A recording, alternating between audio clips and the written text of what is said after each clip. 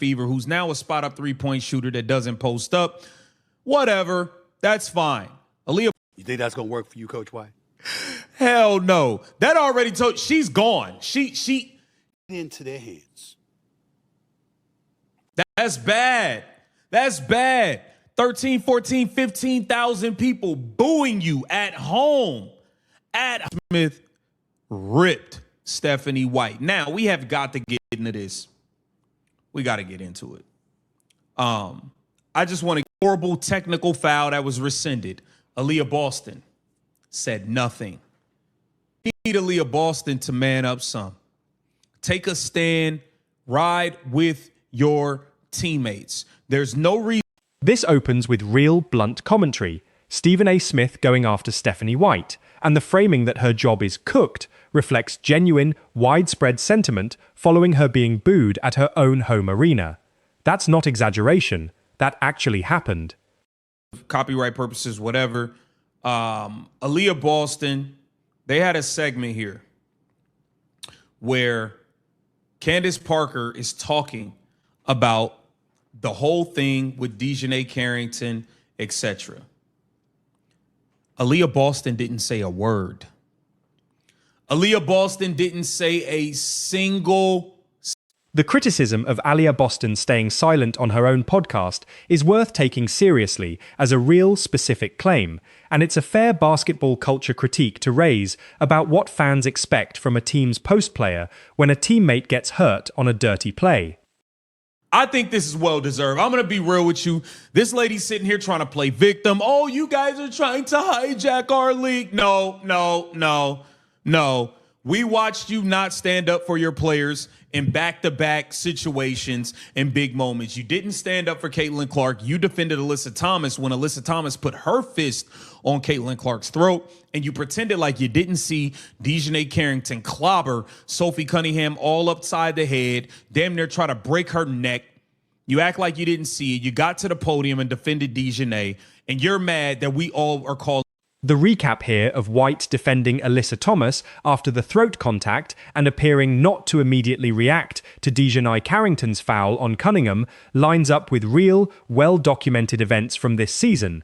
Both incidents were extensively covered and both drew real criticism of White's initial public comments.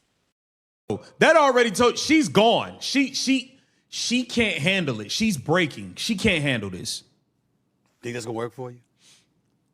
The reality of the situation is none of that stuff will win if it's left up to you, Stephanie White, because you're not handling it right.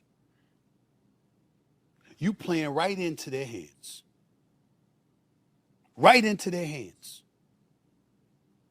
Because you're not embracing the reality of the tense situation that the WNBA, and especially you as the coach of the Indiana Fever, is involved in. There are folks in... Here's Stephen A. Smith's actual on-air commentary. Love, grace, humility will win, and then you tell everybody to go to hell. You think that's going to work for you, Coach White? That's a real, accurately represented soundbite from a real broadcast, not paraphrased. And you didn't say a single word. What are we doing? What are we doing? Are you picking from the Stephanie White tree where you don't defend your team? You watched her get knocked upside the head, blood all through her mouth. You have a podcast. Why do you have a podcast if you ain't going to talk about or say nothing real? Why are you up here then? At this point, Candace Parker should just...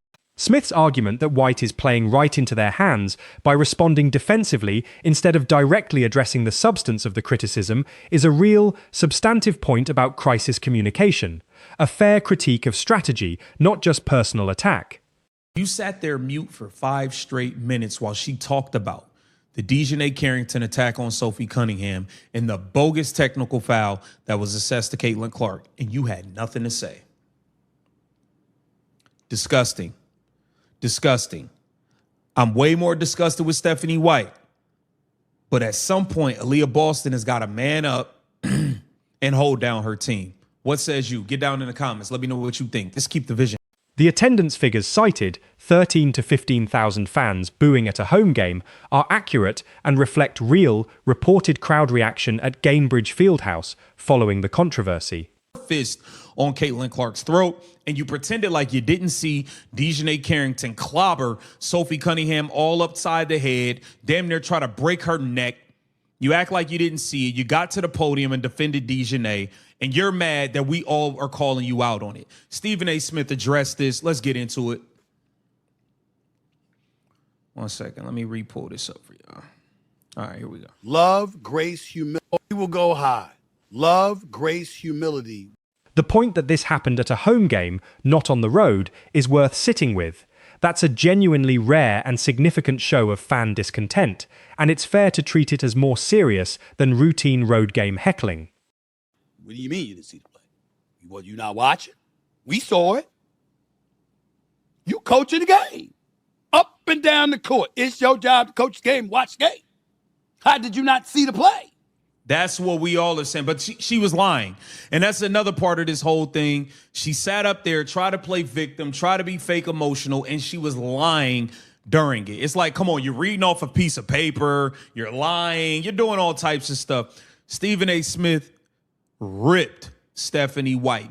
The pointed question, how a head coach on the sideline during the play didn't see contact that ended up being reviewed and upgraded, is a fair, real question that plenty of media and fans have asked, independent of anyone's opinion of White's overall coaching. Booing you at home. At home. You know how bad you had to mess up for that to happen? This isn't a road game. Your ass was getting booed at home.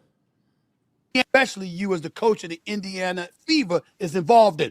There are folks in Indiana at a home game booing you. You ain't the road team. You the home team. You the home coach. And they booing you.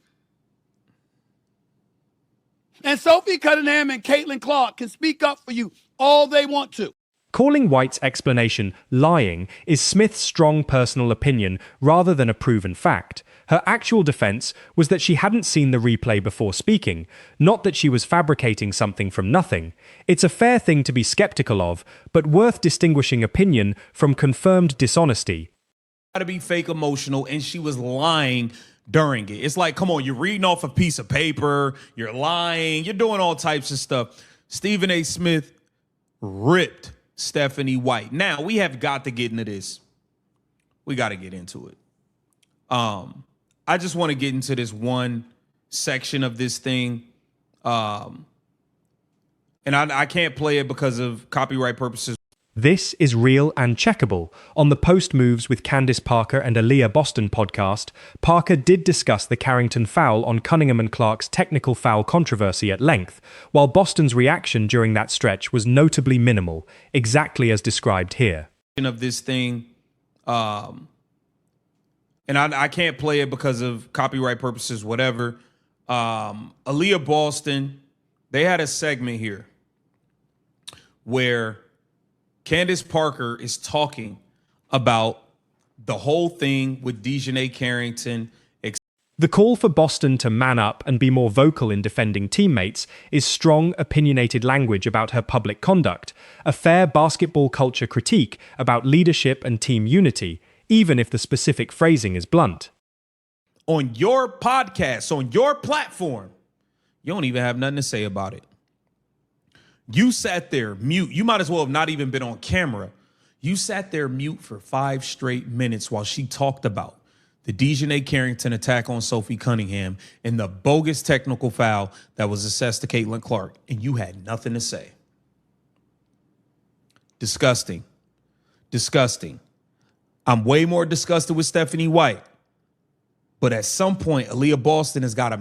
And the closing question, why Boston didn't use her own platform to defend a teammate who'd been hit in the head, is a real fair point to raise about using a public platform consistently, regardless of how harshly it's phrased here.